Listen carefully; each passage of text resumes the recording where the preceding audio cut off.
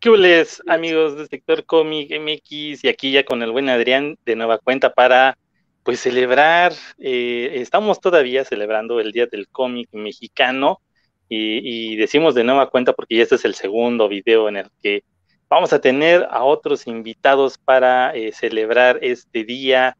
Mi buen Adrián, ¿qué tal? Venimos de una entrevista muy buena, muy enriquecedora con personalidades de la industria del cómic mexicano, dieron sus puntos de vista.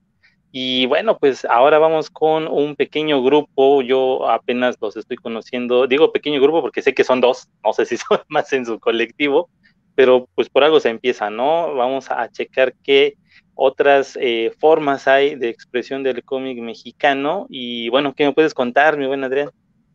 Hola, hola, bueno, buenas gracias, ya estoy mal y ni siquiera hemos empezado, prohibido decir, córtale, buenas noches, seguimos celebrando el Día del Cómic Mexicano, esta celebración que para mí es relativamente nueva. Ayer, cuando hicimos la entrevista con tres moneros locos, qué enriquecedor, como tú dices, ustedes muy probablemente ya la pudieron ver, porque como en todo evento especial, pues vamos a poner los bloques como en una lista y todo, a ver qué sorpresas más tenemos.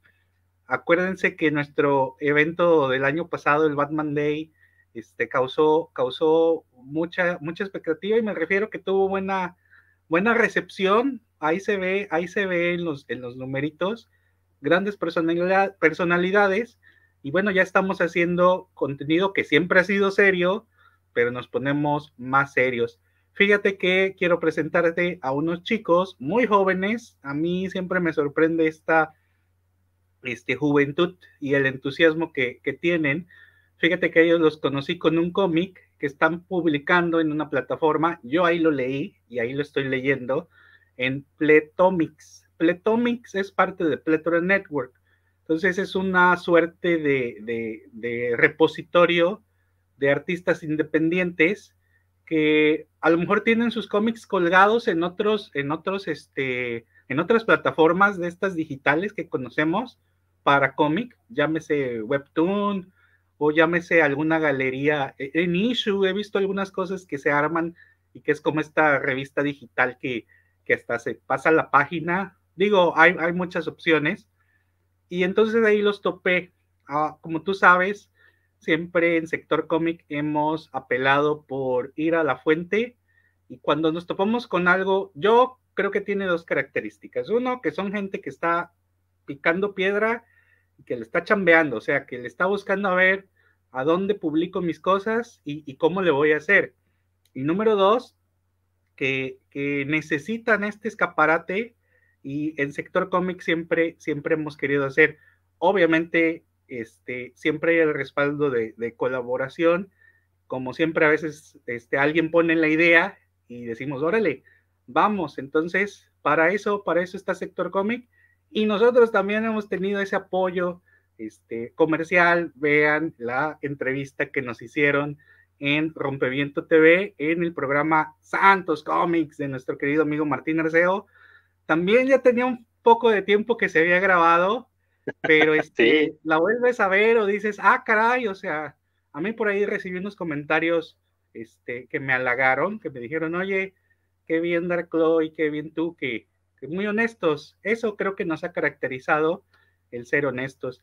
Te presento, y a ver si les puedes dar entrada a la gente de Megaverse Studio. Megaverse hola, hola, Studio. hola, Hola, hola, buenas noches, buen día. ¿cómo estás? Bien, bien. ¿Cómo Bien, están, gracias, chicos? ¿cómo están? Muchas gracias a la audiencia por permitirnos este tiempo con ustedes. No, Pues, gracias a Excelente. ustedes. Qué valientes de aceptar la invitación. Siempre se los decimos. Aquí el reto no es estar, sino regresar posteriormente. No porque no los volvamos a invitar, sino que tenemos ahí un chiste interno de que luego la gente como que no quiere regresar, no sé por qué, si le da pena o si se duerme o algo pasa, pero bueno, queda la invitación desde ahorita. Este, Preséntense ustedes. Yo aquí podría hacer la presentación. Tengo sus nombres seudónimos, te presento, mi estimado Del Crow, Astrolobo y a Magic Magus Magnus. ¿Qué nos pueden contar de ustedes como autores, chicos, de una manera muy general? Si yo les dijera, ¿y ustedes quiénes son? Así, directamente. Bueno, yo soy escritor y soy guionista. Lo he sido toda mi vida. Y suena extraño, ¿no? Porque dices, ¿cómo puede ser toda tu vida una cosa? Pero de verdad, desde que era pequeño, pues mi inclinación y mi pasión ha sido la literatura. Entonces, lo único que ha pasado con el tiempo es que me he profesionalizado, es que le he dado más forma a lo que es mi pasión, y sobre eso es que he construido pues los productos literarios que he lanzado, pero sobre todo algo muy valioso para mí es poder hacer un guión de cómic, porque muchos, por ejemplo, cuando somos niños, nos dicen a qué te quieres dedicar, ¿no? Y dices algo a lo mejor que no es viable para la gente, pero con el paso del tiempo, pues sí, efectivamente te dedicas a otra cosa, estás haciendo algo que nunca te imaginaste, pero en mi caso tengo la fortuna de poder decir, me dedico a lo que me quería dedicar cuando era pequeño, ¿no? Entonces, básicamente yo me presentaría como eso, soy escritor en todas sus modalidades antes que cualquier otra cosa. Excelente, palomita. Astrolobo, cuéntame de ti. Sí, bueno, muchas gracias nuevamente. Bueno, yo soy Mario Contreras, el seudónimo de Astrolobo. Actualmente tengo 27 años, soy originario de Ciudad Juárez, Chihuahua, y pues desde muy chico sí me gustaba dibujar, pero pues lo típico, ¿no? Vamos a dibujar a este personaje, al Pokémon de los tazos, algo muy, muy básico, ¿no? Y pasó el tiempo y cuando llegué a secundaria vi a una compañera que estaba dibujando, me tomó mucho el dibujo, era como de una chica estilo manga y close-up, y dije, me reventó la mente, yo quiero hacer algo como lo que tú haces, y regresó esa cosquillita de volver a dibujar. Desde esa etapa hago mi primer cómic fue en secundaria, supuestamente, y ahí empecé a darle. Y bueno, también soy diseñador gráfico por parte de la UNAM, y pues he estado perfeccionando el estilo hasta más no poder, hasta actualmente con los proyectos que tenemos en pie. Excelente. Darklow. Sí, suena muy interesante saber estos orígenes secretos. Siempre lo hemos mencionado cuando tenemos algún invitado, así de, a ver, oye, ¿cómo fue que te formaste, no? Todo esto. Aquí ahora la pregunta que les hacemos también va relacionada a esto que ustedes acaban de mencionar, ¿no? Que les nace esa inquietud por, pues, empezar a hacer algo que les gusta. Pero en sí, digamos, ustedes tienen así como pues una meta, un objetivo, a algún artista, dibujante o escritor que sea su meta, así como decir, yo quiero escribir a lo mejor como Grant Morrison o como Frank Miller, yo quiero dibujar como, no sé, como Jim Lee, o vámonos al ámbito del manga, no sé, como Akira Toriyama o Junji Ito, no sé, cuáles han sido sus aspiraciones o cuál ha sido también la base de su pues formación, ¿no? Para que ustedes digan, ahora me voy a dedicar a hacer lo que me gusta, a un cómic, a escribirlo y a dibujar. Pues en ese sentido, yo admiro mucho, por ejemplo, a personas de muy distintas ocupaciones dentro de la literatura, porque sabemos que la literatura es un entorno muy amplio, ¿no? Puedes hacer guión y dentro del guión hay miles de categorías, etcétera, ¿no? Pero concretamente, por ejemplo, en cómic, mi máximo es Alan Moore. O sea, yo creo que es un cliché ya, ¿no? ¿A quién no le va a gustar Alan Moore? Entonces, y tiendo un poco a tirar para esa parte, porque Alan Moore es hasta cierto punto una persona muy, muy oscura, tal vez se puede decir, en sus planteamientos, ¿no? Por el lado de la literatura, por ejemplo, iberoamericana, Carlos Fuentes y Gabriel García Márquez son mis referentes. Por el lado del guión, del cómic, de lo que es ya algo más enfocado a las viñetas, Eiichiro Oda definitivamente es mi referente absoluto. Y yo creo que, por ejemplo, en una cuestión de guión televisivo adaptado, lo que hicieron al principio con Game of Thrones me gustó mucho, por cómo pudieron sintetizar tanta información, las cuestiones políticas, etcétera, ¿no? Entonces, por lo menos de manera personal, sobre esa pues mezcla de cosas, he intentado cimentar mi estilo, esos son como de lo que me he nutrido, pero pues igual, o sea, ahorita digo eso y pasado mañana me acuerdo de otro libro o leo otra cosa y ya es mi favorito, ¿no? Entonces, es un poco variable la respuesta, pero lo que me viene así de inmediato son esas referencias. Y si se trata de, por ejemplo, un punto hacia donde nos queremos dirigir, hacia donde desde el principio que hablamos nos quisimos poner en ese camino tan difícil, es decir, la Victorian tiene que ser, sin lugar a dudas, el sucesor de One Piece, tiene que tener esa calidad, tiene que tener esa extensión, tiene que tener todo lo que el hueco va a dejar, porque lo dices bien, ¿no? O sea, si no te pones una meta, como que de repente estás perdido y haciendo cositas por aquí y por allá, pero cuando te pones una meta, aunque suene demasiado difícil o demasiado extravagante, pues sí tienes como que una guía extra, ¿no? Que te ayuda a decir, no estoy haciendo lo suficiente, o reconocer, estoy bien encaminado, o pues lo que sea, no hacer los ajustes para poder llegar a donde quieres. Entonces, pues con base a estas situaciones es que hemos estado trabajando. Bueno, yo que voy más del lado de la ilustración, yo creo que mis primeros exponentes fueron Masami Kurumada con Los Caballeros del Zodiaco. Yo desde cuando vi el dibujo dije, está bueno. Dibuja un poco como Alfaro Siqueiros, pero está bueno. Y también un poco de lo que hace Kubo Taito con Bleach, ese dibujo tan soberbio en todas sus miradas, tan como de mal humor. Sí, de hecho, intentar un poco ir a este control de la anatomía que él tiene, que es brutal. Y bueno, me gusta también mucho el trabajo, un poco siguiendo lo que es manga, de Shiori Teshirogi, que es la que hace The Lost Canvas. Esa mujer puede, si estás viendo esto, fírmame las manos, no importa, porque te respeto mucho. Eiichiro Oda, por supuesto, es un pilar en lo que es si bien al principio tiene un diseño muy, muy extravagante, muy bizarro con muchos de sus personajes, ves luego otras viñetas que tú podrías sacarlas y poder enmarcarlas en la habitación sin problema. Un cuadro. Claro, un cuadro.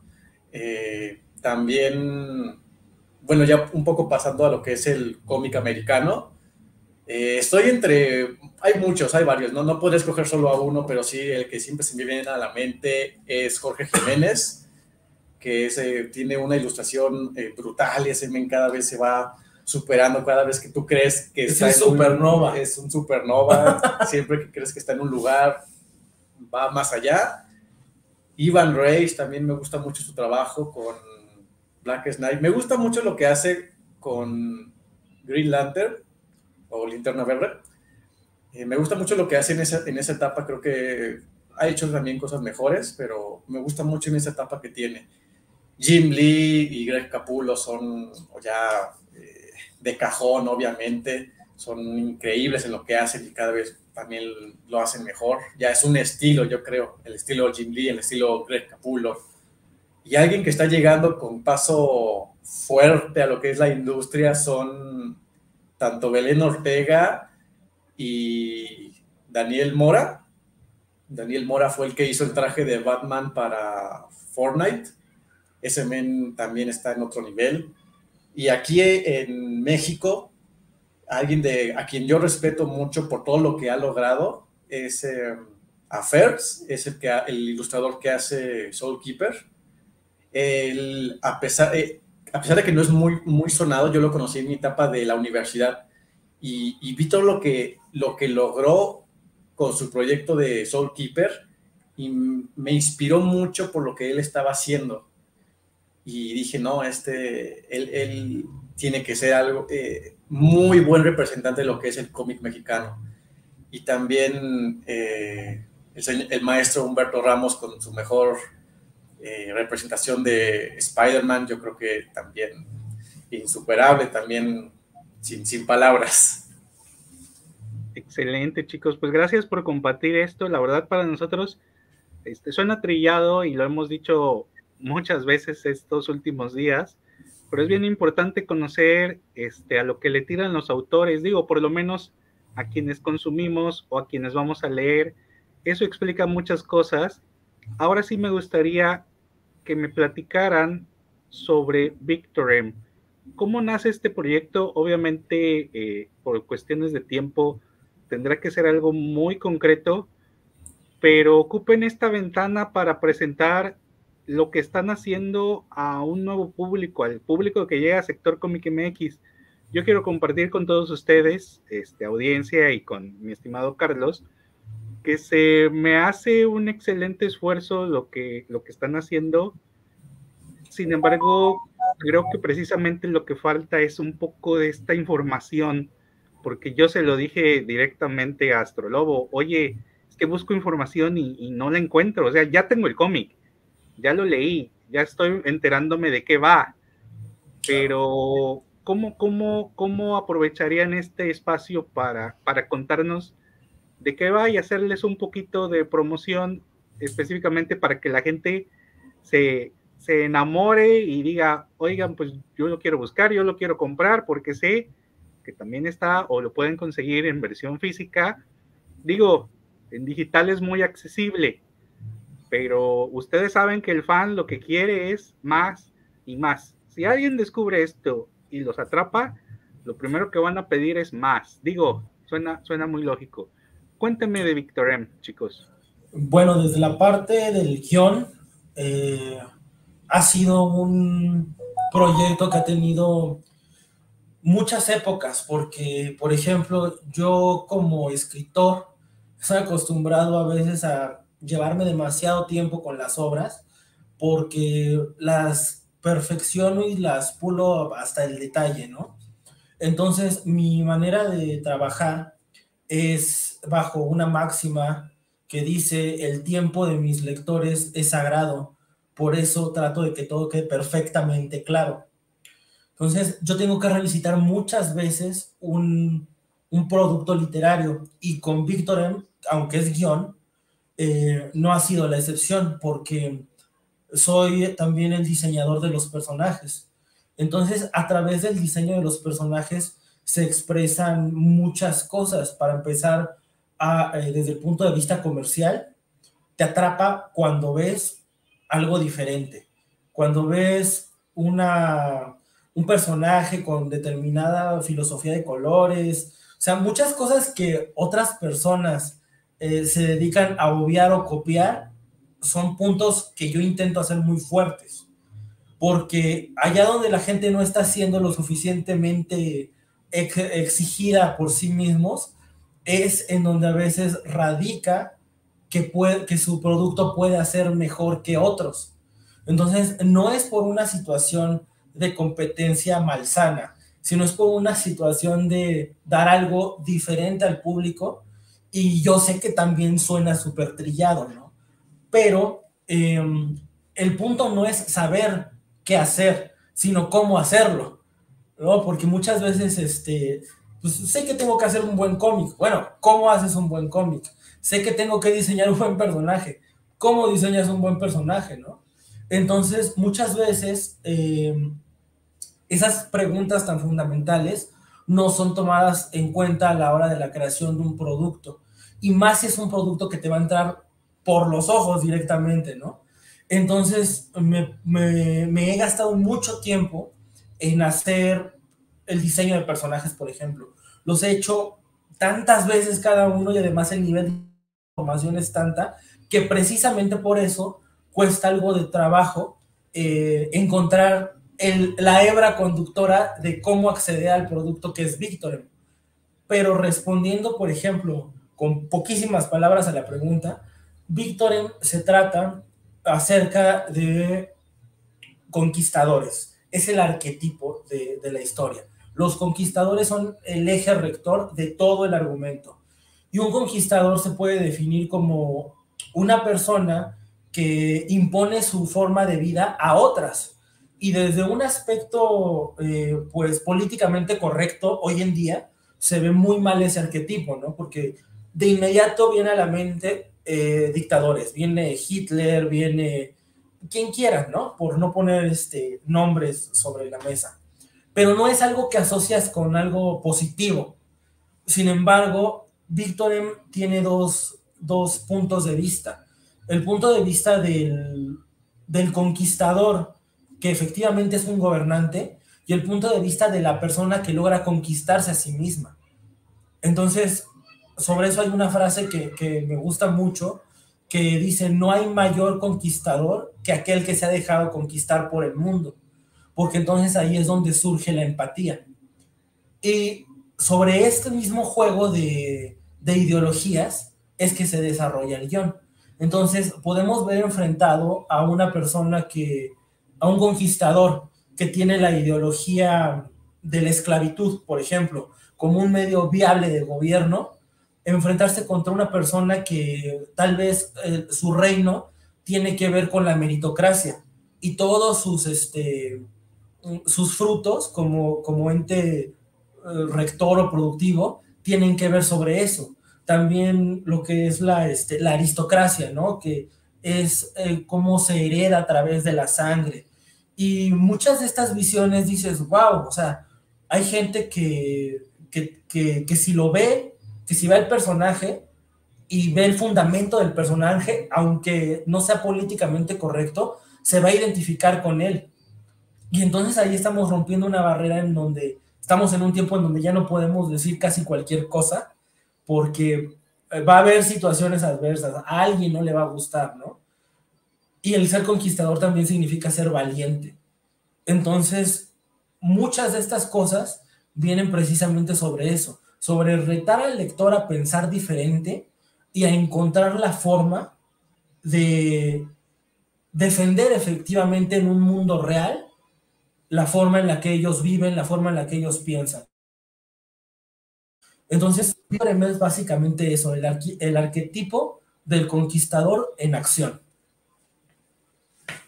Bueno, pues agregando un poco lo que dice Joshua, yo creo que, bueno, la historia tardó 4 años en salir de forma oficial en lo que ya tienen en sus manos, porque, como dijo bien, la rehizo como, ¿cuántas veces? ¿Unas 3 veces la rehiciste? Sí, 3 veces se rehizo y se rehizo porque no embonaba, no terminaba de convencer, hasta que una vez se levantó, me dijo, hoy es el día. ¿Hoy es el día de qué? Hoy vamos a sacar Víctor. Ah, ok, vamos a sacarlo. Y fue como, pues ya tener todo listo, fue una historia con la que, efectivamente, con el personaje principal, que es Asteros, lo terminamos construyendo al cabo de casi 5 años. Entonces, crecer mucho con un personaje y ya por fin verlo plasmado en una celda, de alguna forma hablando, ya es un logro un gran paso para nosotros, ¿no? Entonces, pues ese ya sería como el complemento del dato curioso de los 4 años. Sí, yo creo que la labor que han estado ustedes llevando, pues en esos 4 años que se tardaron, obviamente tenía mucho que ver lo que ya comentaron, ¿no? Tenía que ser un personaje o una historia muy llamativa, que en verdad tuvieran, ya el decir, así como ya dices, ¿no? Este es el día en que ya lo defino y se publica. Ahora, en el aspecto de distribución o de acercamiento con lectores a lo que ustedes estaban tratando de llegarnos su público ahora, ¿en qué pensaron ustedes al momento de crear ahora ya la historia? Ya tenían sus personajes. ¿Cómo fue ahora esa parte de decidir a qué tipo de público va a llegar, entre qué edad y qué edad? qué otro tema están tocando en este aspecto para que su historia ahora sea interesante al público. Bueno, ese es como que el terreno de la distribución, ¿no? Y ha sido, creo que como a todos los autores, la parte que más se nos ha complicado. Porque si bien hoy en día tenemos muchas posibilidades, por ejemplo, hablando digitalmente y la información viaja muy rápido y por muchos medios, también es importante poder tener un retorno de lo que es el trabajo que estamos haciendo. Me refiero a un retorno económico, ¿no? Por principio de cuentas, obviamente es muy satisfactorio y es lo primero, poder compartir lo que hacemos con las personas y que llegue a más.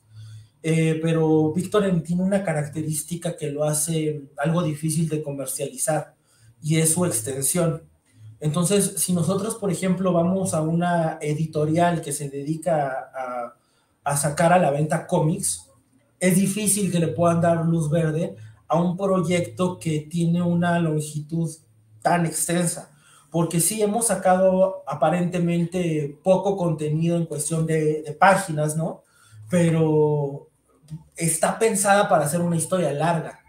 Entonces, por lo regular, lo primero que te piden en cualquier editorial dedicada a cómics es: hazme un one shot, hazme una historia autoconclusiva, y lo entiendes porque son negocios que necesitan probar, ¿no?, la calidad de los artistas antes de poder embarcarse en un proyecto más largo. Y pues uno tampoco tiene las credenciales ni la soberbia como para decir, no hagas preguntas y públicamelo, ¿no? O sea, no puedes llegar a decir eso, ¿no? Pero también desde el lado, desde el punto de vista de nosotros como artistas, no estamos dispuestos a ceder lo que es la obra por el formato, porque entonces ahí se pierde.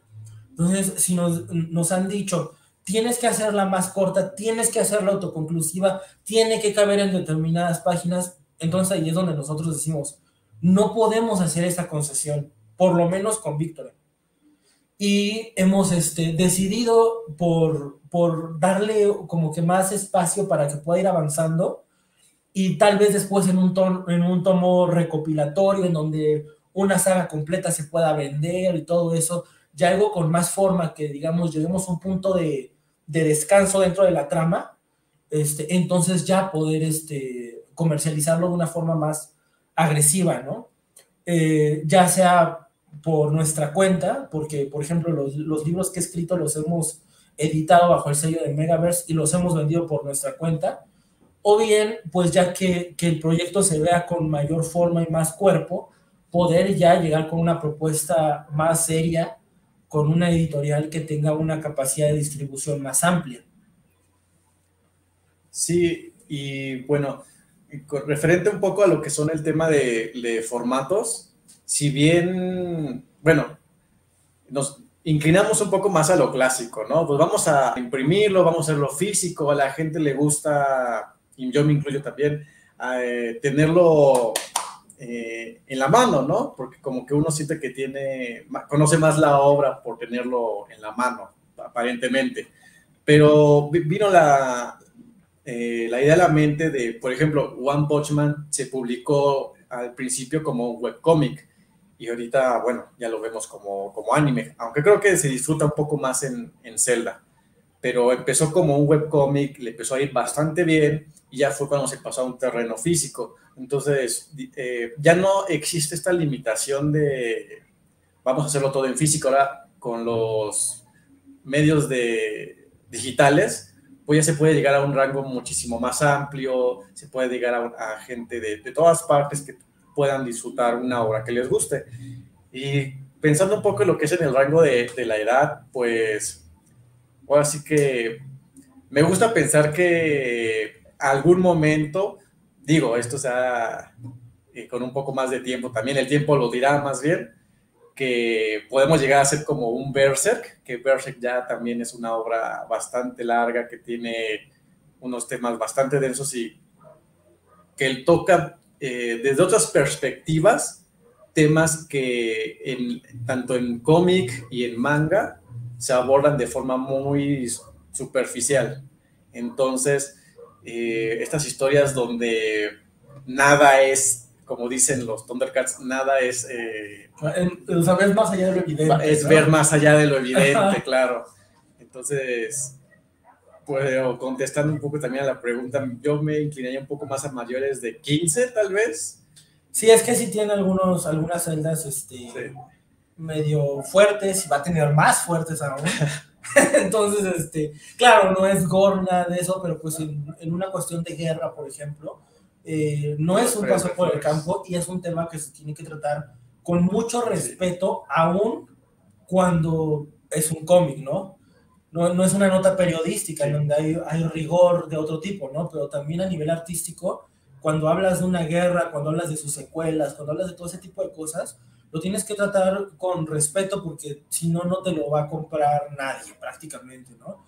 Algo que platico yo mucho con Mario, por ejemplo, es que todos los lectores, por lo regular, yo diría un 99.9%, son sumamente inteligentes. O sea, alguien que lee ya tiene un estatus de comprensión distinto a una persona que no lee. Por lo tanto, alguien que lee cómics o que lee novelas o que lee cualquier producto que necesite que poses tus ojos sobre el papel, es alguien inteligente por default. Entonces, lo que siempre tenemos tatuado en la mente con referencia a nuestro público son personas sumamente inteligentes y como tal tenemos que darles ese tratamiento, ¿no? Entonces, ya sea que lo pueda leer una persona de 15 años o una persona de 70, tenemos que hacer como artistas, como creadores, que entren a la convención del mundo que les estamos proponiendo. Y justamente ahí es donde la mancuerna tiene que funcionar, porque pues de un lado, los personajes que diseñamos y cómo lo interpreta y lo compone él, tiene que estar en una concordancia total para que precisamente, como dicen muchos autores, el ojo vaya siguiendo solita la historia, sin que sientas cómo pasa el tiempo, ¿no? Entonces, hoy en día yo me he topado con, por ejemplo, chavos de 12 años que tienen una inteligencia asombrosa, una capacidad de concentración que no corresponde, y gente de 26 años que no es capaz de fijar su atención por mucho tiempo, ¿no? Entonces, yo también creo que lo que es el target hoy en día está más difuso que antes. Y por lo mismo, creemos que nuestra labor, más allá de poder, por ejemplo, decir, va a ser de 15 a 40 años, es hacer un mundo al que aquel que acceda se sienta cómodo y pueda dejarle algo positivo o incluso desafiar, ¿no?, lo que ya creía anteriormente.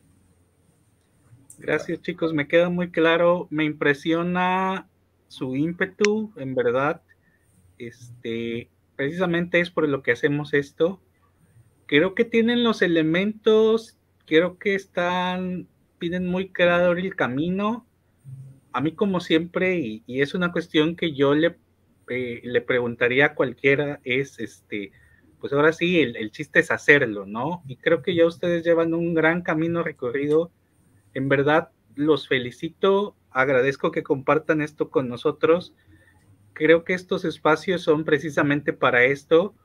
Digo, si yo ya había leído 2 capítulos, siempre es un complemento conocer la intención, los motivos de los autores, pero no es determinante, o sea, no porque ustedes me lo digan qué quieren hacer y todo, el público se va a ir interesando conforme vayan conociendo el producto, y si va a pasar, y si van a decir, acá en hijo, o sea, si ustedes logran plasmar en su obra, que yo creo que tienen una muy buena oportunidad por lo que he visto y por los objetivos que se ponen, ya nada más faltaría ver qué necesitan ustedes para lograrlo. ¿Será profesionalización? ¿Será estudiar una carrera?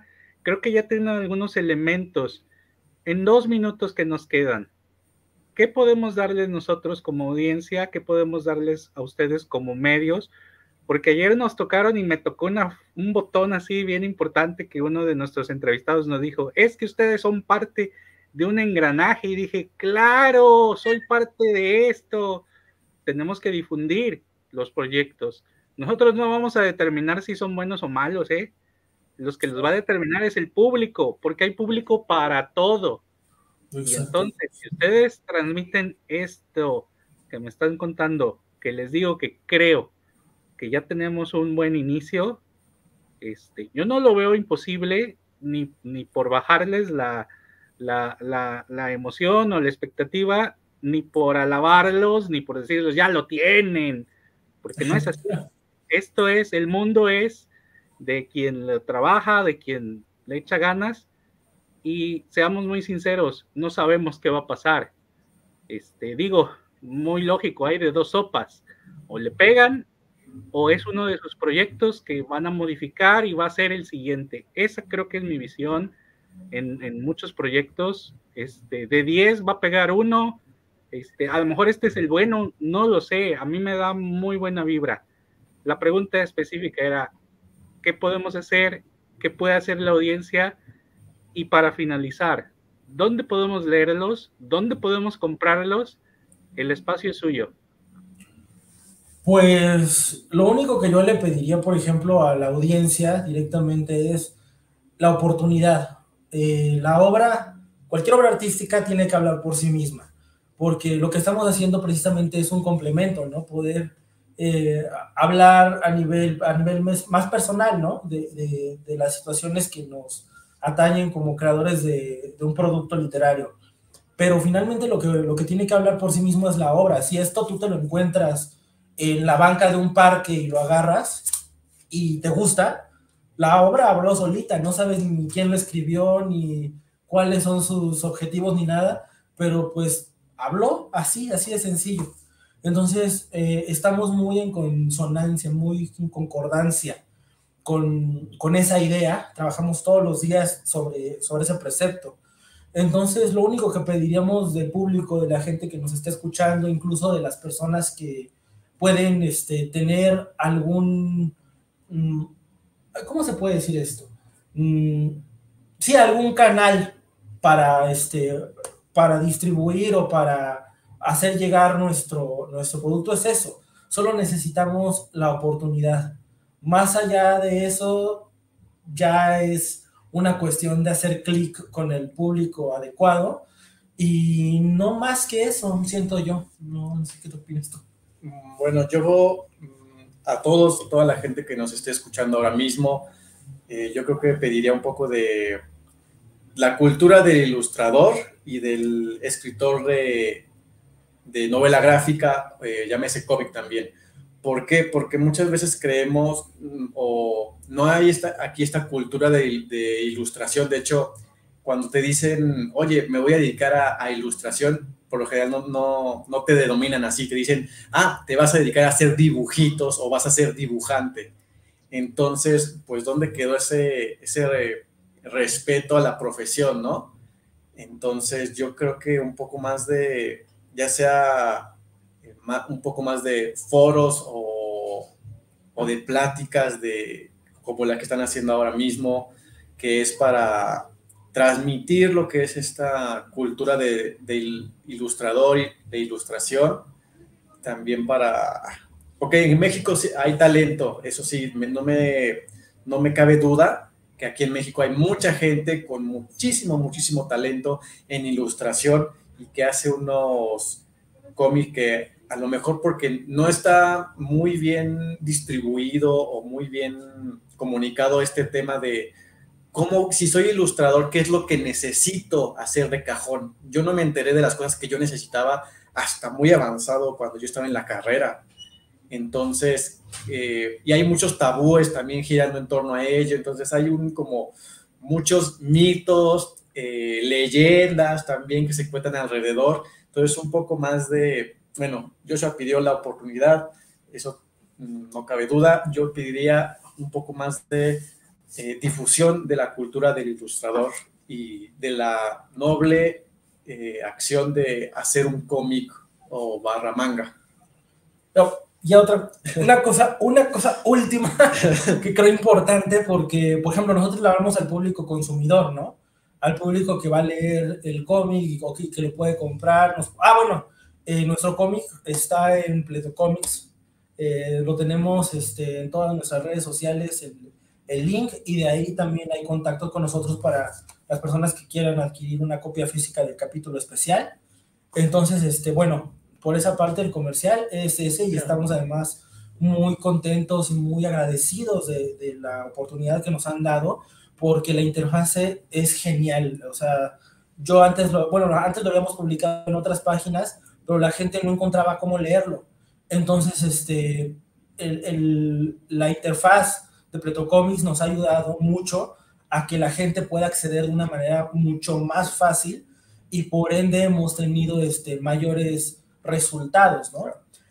Entonces, por una parte es eso, y por otra parte yo también quisiera hablarle a lo que es el sector creador de cómics en México, que es estamos muy lejanos unos de otros. Yo veo, por ejemplo, en España cómo trabajan, y digo, wow, ¿por qué no podemos hacer eso?